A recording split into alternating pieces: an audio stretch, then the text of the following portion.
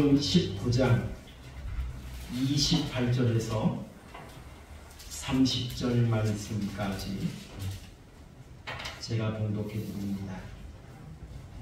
그 후에 예수께서 모든 일이 이미 이루어진 줄 아시고 성경을 응하게 하려 하사 이르시되 내가 목마르다 하시니 거기 신포도주가 가득히 담긴 그릇이 있는지라. 사람들이 신포도주를 적신 해면을 우슬초에 매어 예수의 입에 대니 예수께서 신포도주를 마신 후에 이르시되 다 이루었다 하시고 머리를 숙이니 영혼이 떠나가시니라. 아멘. 우리 옆에 사람을 인사하시겠습니다. 반갑습니다. 우리 사람을 사랑합니다.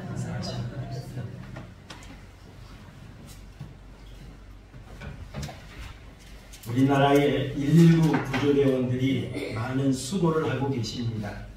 아주 열악한 근무 조건, 때로는 낙후된 장비, 참 그럼에도 불구하고 많은 시민의 생명과 재산을 보호하기 위해서 최선을 다하고 있습니다.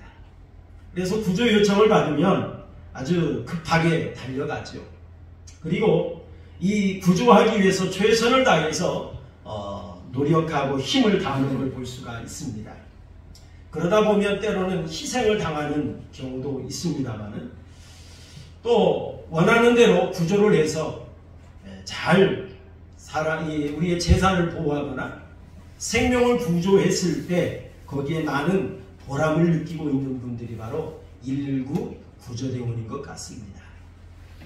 오늘 본문의 말씀을 보면 예수님께서 우리를 구원하시기 위해서 십자가에 못 박혀 죽으시고 마지막에 어떤 모습이셨을까라고 하는 것을 우리에게 소개해주고 있는 것이 바로 오늘 본문의 말씀입니다.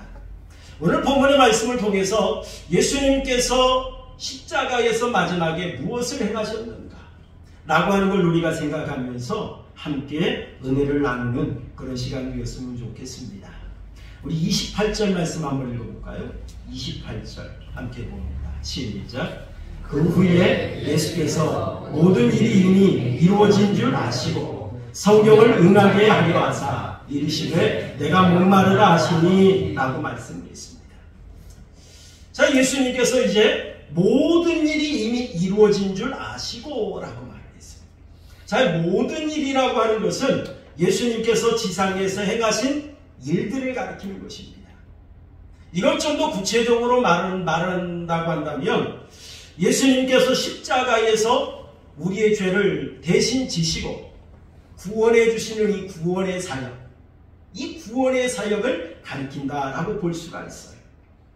그래서 모든 일이 이미 이루어진 줄 아시고 라고 하는 이 말은 예수님께서 십자가상에서 구원 사역을 성취하신 것을 아셨다, 그런 말입니다.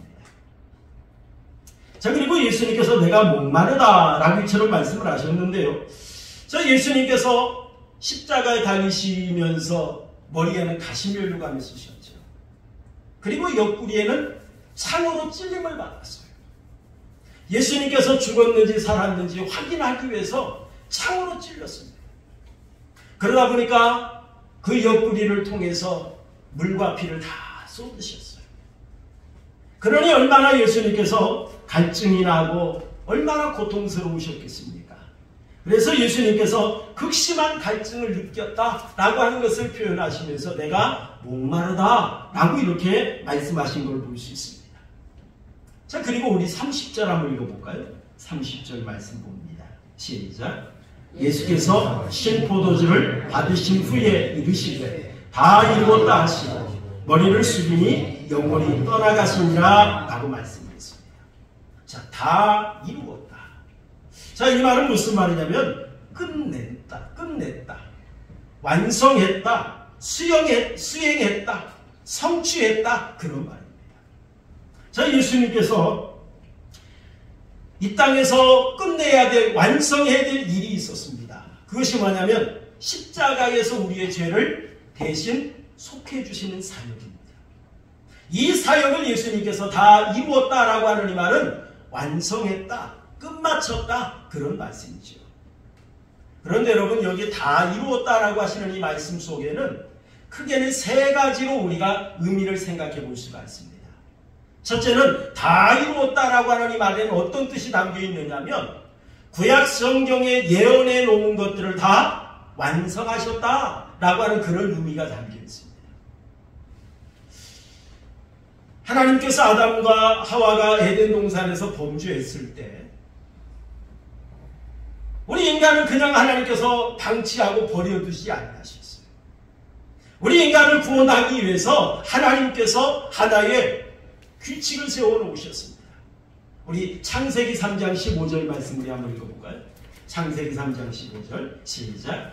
내가 너로 여자와 원수가 되게 하고 내 후손도 여자의 후손과 원수가 되게 하리니 여자의 후손은 내 머리를 상하게 할 것이요 너는 그의 발꿈치를 상하게 할 것이니라 라고 말씀을 했어요. 자, 아담과 하와의 후손은 태어나면 태어날수록 죄를 물려받는 그러한 죄악의 씨앗을 물려받고 태어나는 그런 인류가 될 수밖에 없었습니다. 그래서 하나님께서 이러한 죄인을 구원하기 위해서 여자의 후손을 통해서 메시아를 보내신다고 말씀을 하십니다.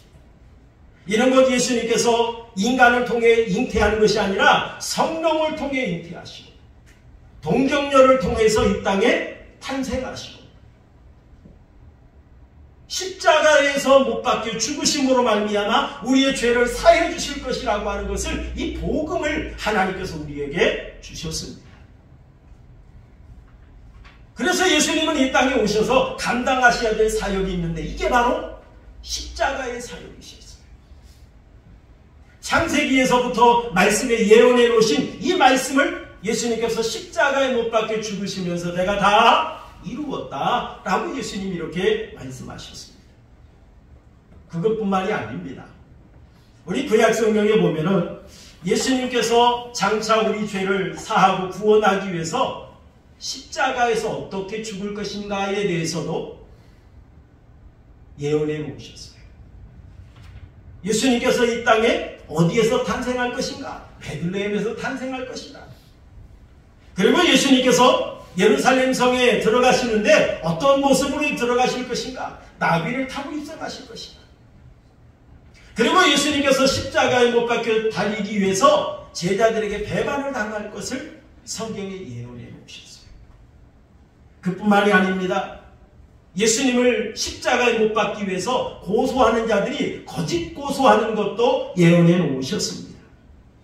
또 많은 사람들에게 침뱉음을 당하고 멸시와 조롱과 천대를 당하실 것, 이 모든 것들을 다 예언해 놓으셨습니다.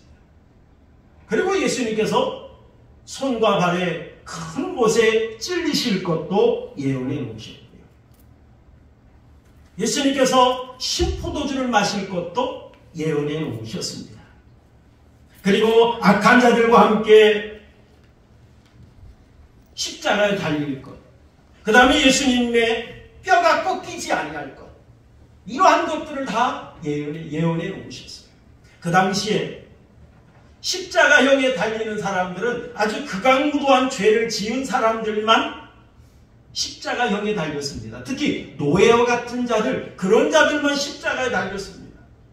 십자가에 달려서 죽었는지 안 죽었는지 확인하는 그런 절차가 있습니다. 그게 뭐냐면 뼈를 꺾어버리는 거예요. 여러분, 죽은 척하는 사람도 뼈를 꺾어버리면 죽은 척하는 것으로 끝낼 수가 없죠. 그런데 예수님은 뼈를 꺾지 않을 것이다 라고 하는 것 성경에 예언해 놓으셨어요. 대신 예수님은 어떻게 했느냐? 옆구리에 창으로 찔른 거예요. 물과 피를 다 쏟게 만드는 겁니다. 그래서 예수님은 어떤 사람들이 예수님은 죽은 것이 아니라 기절하셨다 라고 말을 하는데 그럴 수가 없는 거예요. 여러분, 우리가 수술하다가도 피가 좀만 모자라도 어떻습니까? 생명이 위태로운데 옆구리에 창으로 찔렸으니 물과 피를 다 쏟았으니 어떻게 살 수 있었겠습니까? 예수님께서는 이렇게 이 땅에 어떻게 오실 것이며 십자가의 사역을 감당하기 위해서 어떻게 십자가에 달리실 것이며 이 모든 것들을 구약 성경에 다 예언해 놓으셨어요. 예수님은요, 이 모든 말씀을 다 완성하셨어요. 그래서 예수님께서는 내가 다 이루었다 라고 이렇게 말씀하신 걸 볼 수 있습니다. 여러분, 우리 인간은 종종 약속을 하죠. 그런데 이 약속을 좀 잘 믿어주지 않습니다. 그러면 우리가 뭘 합니까? 맹세를 합니다. 요즘에는 안전장치를 많이 하죠. 문서화하고 공증도 하고 여러 가지 합니다. 하지만 우리 인간은 약속을 지키지 않으려고 해서 안 지키는 것이 아니라 때로는 우리가 살다 보면 인간의 능력이 한계가 다다라서 약속을 지키지 못하는 경우가 많이 있습니다. 내 능력이 안 돼서 지키고 싶지만 그걸 내가 지킬 수 없는 능력이 안 돼서 지키지 못하는 그런 경우가 있습니다. 그런 경우는 어떻습니까? 거짓말도 하고 파기해버리죠. 그러나 우리 하나님은 어떻습니까? 한 번 약속하신 것은 어떤 손해가 된다 할지라도 그것을 다 이루시는 분이 바로 우리가 믿는 하나님인 줄로 믿습니다. 우리 하나님께서는 한 번 약속하신 이 인간의 구원의 계획, 이것을 하나밖에 없는 독생자를 내어주시기까지 다 하나님께서는 세세한 부분까지 다 이루게 하셨다는 사실이죠. 이 모든 걸 완성하시고 예수님은 십자가에서 마지막으로 하신 말씀이 다 이루었다라고 하시는 말씀입니다. 그런 것처럼 여러분, 우리 하나님의 약속은 부도나는 법이 없습니다. 우리 하나님께서 한 번 약속하신 것은 반드시 이루어진다는 사실을 여러분 믿으시길 바랍니다. 우리가 이 믿음 가지고 천국 가는 줄로 믿으시길 바랍니다. 그리고 예수님께서 다 이루었다라고 하시는 이 말씀은 구원의 사역을 완성하셨다라고 하시는 그런 말씀입니다. 예수님께서 이 땅에 오실 때 하나의 과제를 가지고 오셨어요. 숙제를 가지고 오셨습니다. 그 숙제가 뭐겠습니까? 우리를 죄악에서 구원해 내시는 일이었습니다. 자, 그래서 여러분, 우리 하나님께서 예수님의 탄생을 천사를 통해서 예고하실 때 이름을 지어주셨어요. 우리 한번 읽어볼까요? 마태복음 1장 21절 함께 보겠습니다. 시작. 아들을 낳으리니 이름을 예수라 하라. 이는 그가 자기 백성을 그들의 죄에서 구원할 자이시니라 라고 말씀하셨어요. 여러분, 예수님의 이름 뜻이 뭐냐면 구원자라는 뜻이에요. 자기 백성을 죄에서 구원할 자다, 그런 뜻으로 예수님의 이름을 이제 마리아를 통해서 탄생하시는 메시아 구원자의 이름을 예수라 라고 이렇게 하나님께서 지어주셨던 걸 볼 수 있습니다. 하나님께서 예수님을 이 땅에 보내실 때도 구원자로서 이 땅에 보내주셨어요. 그리고 예수님께서도 친히 말씀하셨어요. 우리 한번 읽어볼까요? 마태복음 20장 28절 함께 보겠습니다. 마태복음 20장 28절 시작. 인자가 온 것은 섬김을 받으려 함이 아니라 도리어 섬기려 하고 자기 목숨을 망하는 사람의 무엇으로? 대속물로 주려 함이니라 라고 말씀드렸습니다. 여러분, 대속물이라고 하는 이 말은 보석금이다, 또한 속전이다 라고 하는 그런 뜻인데요. 여러분, 속전이라는 것은 뭐냐면은 죄를 면하려고 바치는 돈, 이게 바로 속전입니다. 그래서 예수님께서 이 땅에 오신 것은 예수님의 목숨을 우리를 대신해서 죽어주는 희생제물이 되게 하기 위해서, 우리를 구원하는 희생제물이 되게 하기 위해서 이 땅에 오셨다라고 예수님도 친히 말씀을 하셨던 것입니다. 또한 세례 요한도 예수님을 소개할 때에 요한복음 1장 29절 말씀을 보니까 보라, 세상 죄를 지고 가는 하나님의 어린 양이로다 라고 하면서 예수님을 소개했던 걸 볼 수 있습니다. 예수님께서 이 땅에 오신 목적은 우리의 죄를 사해 주시고 우리를 구원하기 위해서 예수님은 이 땅에 오셨다는 사실입니다. 여러분, 예수님께서 십자가에 못 박혀 죽으실 때 나타났던 현상 중에 한 가지가 있습니다. 그것이 뭐냐면 그 당시에 성전의 휘장이 위에서부터 아래로 쫙 갈라지는 역사가 있었습니다. 이런 건 뭘 상징하느냐면 하나님 앞에 나아갈 수 있는 길이 열렸다는 것을 말씀하는 것입니다. 전에는 죄로 말미암아 영원한 지옥 형벌을 받아야만 했던 우리, 그런 우리가 이제는 예수님의 십자가 형례로 죄사함을 받고 지옥 갈 자가 아니라 이제는 하나님의 나라로 가는 그 길을 예수님께서 활짝 열어주셨다는 것을 말씀하시는 것입니다. 사랑하는 성도 여러분, 예수님께서 십자가에서 내가 다 이루었다 라고 말씀하심으로 말미암아 우리의 모든 죄가 사함받았다는 사실을 여러분 믿으시길 바랍니다. 그리고 예수님께서 다 이루었다라고 하시는 이 말씀을 통하여서 우리가 하나님께로 나아가는 길이 열려졌다는 사실을 여러분 믿으시길 바랍니다. 그래서 우리가 하나님 앞에 나아갈 수 있는 것은 나의 공로가 아니에요. 나의 공로로는 나아갈 수가 없어요. 오직 우리는 예수님의 공로로만 하나님 앞에 나아갈 수 있는 거예요. 여러분, 우리가 얼마나 작심삼일 잘합니까? 다짐했다가 3일도 안 가죠. 조금 있으면 1시간이면 변해요. 한 저녁도 못 넘깁니다. 변덕을 부립니다. 이런 우리가 어떻게 우리의 의지로, 우리의 공로로 죄사함 받을 수 있겠습니까? 우리가 새벽에 나와서 하나님 잘못했습니다 회개하고 또 밖에 나가면 또 죄를 짓고 그 다음날 새벽에 와서 또 잘못했습니다 하는 게 바로 우리 인간 아닙니까? 한 번 엎질러진 물 어떻게 우리가 주워 담을 수 있겠어요? 우리 모두 하나님 앞에 죄인입니다. 사실 여러분, 교회는 죄인들이 모이는 곳이에요. 죄인들이 모이는 곳입니다. 내가 하나님 앞에 죄인임을 고백하고 내 죄를 씻음받는 데는 내 노력이 아니라 내 힘이 아니라 예수님의 공로로 내가 죄사함 받는다는 사실을 믿는 자들이 모이는 것이 바로 교회인 줄로 믿습니다. 그래서 여러분, 우리는 주님의 공로를 의지해서 하나님 앞에 나아가는 거예요. 예수님은 이 사역을 다 이루었다라고 말씀하셨어요. 그리고 예수님께서 다 이루었다라고 말씀하시는 데는 어떤 의미가 담겨 있느냐? 하나님의 사랑을 확증해 주셨다라고 하는 그런 의미가 담겨 있습니다.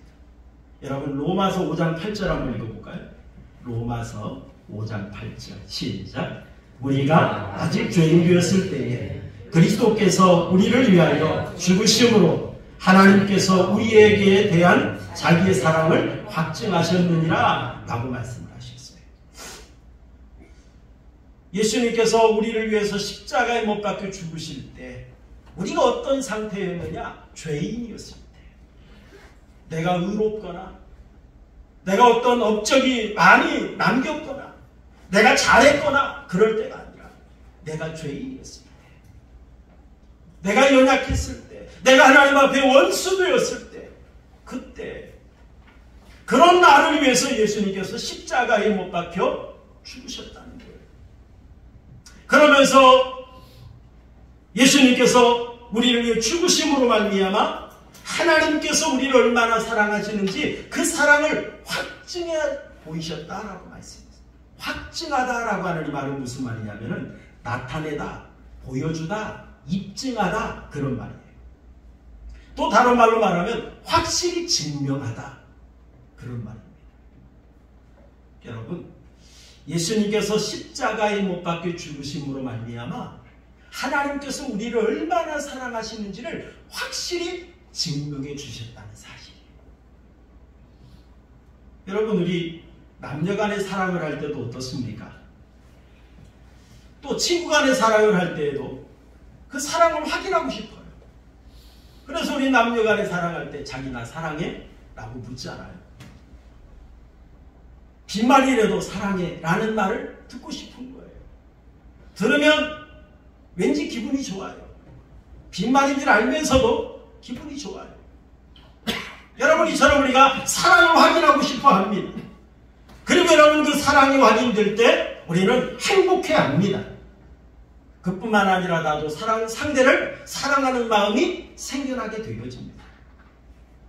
여러분, 하나님께서는 이 세상에 많은 사람들이 있지만 그 중에 특별히 우리를 선택해 주셨어요. 내가 너를 구속하였고 내가 너를 지명하여 불렀나니 너는 내 것이라. 넌 내 거야. 라고 하시면서 하나님께서 우리를 선택해 주셨어요. 우리가 남들보다 똑똑하고 잘나고 의로워서가 아니라 죄인인 그 나의 연약한 이 모습 그대로 하나님께서 나를 넌 내 거야 라고 하시면서 선택해 주셨어요.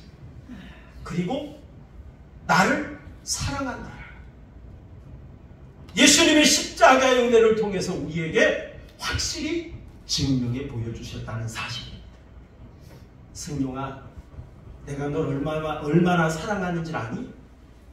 내 하나밖에 없는 독생자를 너의 죄값으로 내어줄 정도로 내가 널 사랑해. 여러분 생각해 보세요. 여러분들의 아들, 딸보다 더 사랑하는 것 있나요? 그것과 바꿀 수 있는 것 있나요? 없잖아요. 그런데 하나님은 하나밖에 없는 독생자를 내어주시기까지 날 사랑한다라고. 이 사랑을 증명하는 그곳이 바로 십자가였어요. 이것을 예수님께서 내가 다 이루었다 라고 이처럼 말씀하고 계십니다. 하나님이 나를 얼마나 사랑하시는지, 하나님이 나를 얼마나 귀하게 여기시는지 이걸 보여주는 것이 바로 십자가인 줄로 믿으시기 바랍니다. 이게 바로 십자가예요. 여러분, 학생이 해야 할 숙제가 있습니다. 여러분, 숙제를 하기 전에는 부담감이 있죠. 그러나 숙제를 하고 나면 마음이 후련합니다. 마음이 편안해집니다. 아마 예수님께서도 그리하셨을 것 같아요. 예수님께서 이 땅의 십자가의 사역을 감당하기 위해서 이 땅에 오셨습니다. 예수님께서 십자가의 사역을 감당하기 위해서 천국 복음도 전하시고 많은 기적도 행하시고 또 많은 사람들을 치유해 주기도 하시고 귀신도 쫓아내주고 죽은 자도 살려내고 그랬지만 많은 사람들은 예수님을 믿으려 하지 않습니다. 어찌 보면 예수님을 이용하려고만 했습니다. 예수님을 통해서 내 문제를 해결하고 제자들조차도 예수님을 통해서 내가 성공하고 출세하기만을 기대하면서 예수님을 따랐습니다. 하지만 예수님은 묵묵히 십자가의 길을 가시길 원하셨지요. 그리고 십자가의 길을 말씀을 하셨습니다. 하지만 제자들도 그런 말을 듣기를 싫어했어요. 그리하지 마옵소서. 그러면서 말리기조차 했죠. 하지만 예수님은 어떻습니까? 그 길을 묵묵히 걸어가셨어요. 그리고 그 십자가의 사역을 감당하기 위해서 하나님 앞에 눈물로 기도하시면서 걸어가셨던 그 길, 그게 바로 십자가였죠. 그 모든 사역을 다 마치고 내가 다 이루었다 라고 예수님께서 이렇게 말씀을 하셨습니다. 그때 예수님의 마음은 얼마나 후련하셨을까요? 그때 예수님의 마음은 얼마나 기쁘셨을까요? 내가 다 이루었다 라고 이렇게 말씀하셨을 때 여러분, 토마스 카닐리라고 하는 사람이 쉰들러 리스트라고 하는 영화를 만들었습니다. 이 쉰들러 리스트라고 하는 이 영화는 실제 있었던 사건을 영화화한 건데요. 이 쉰들러라고 하는 사람은 독일인이었습니다. 독일인이었는데 이 독일 그 나치에게 군수품을 납품하는 군납업자였어요. 그 당시에 독일 히틀러가 유대인들을 학살할 그때였습니다. 그런데 이 쉰들러라고 하는 이 군납업체에 채용된 유대인들은 학살의 대상에서 제외되는 그러한 특혜를 누릴 수가 있었어요. 자, 그러자 이 쉰들러는 어떤 마음을 가졌느냐? 유대인들을 학살당하지 않게 하기 위해서 자기 공장에 가능하면 유대인들을 많이 채용하려고 했습니다. 자기 공장에 채용이 되어지면 학살자의 명단에서 제외가 되는 거예요. 제외가 되는 겁니다.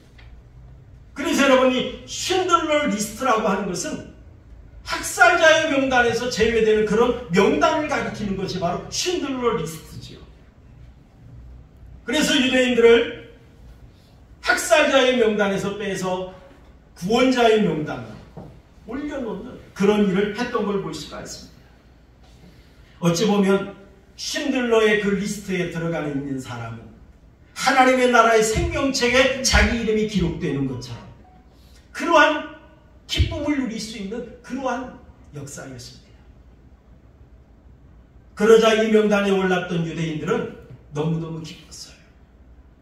그래서 이러한 은혜를 베풀어준 쉰들러를 위해서 열심히 일을 했습니다.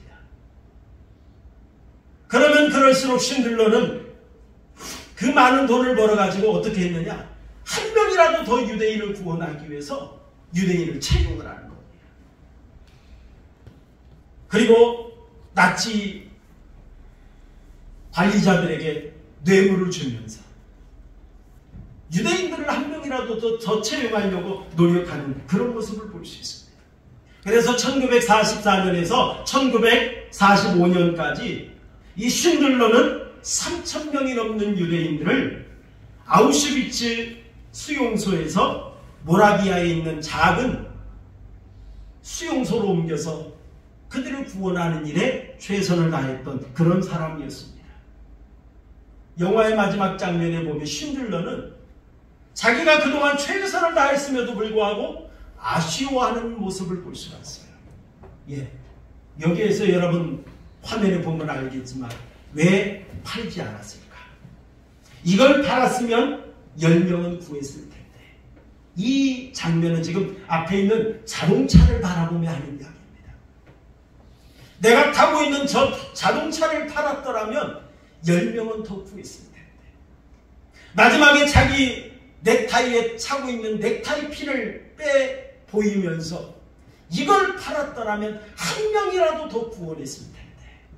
자, 그러면서 아쉬워하고 울먹이는 이 쉰들러의 모습을 우리가 볼 수가 있습니다.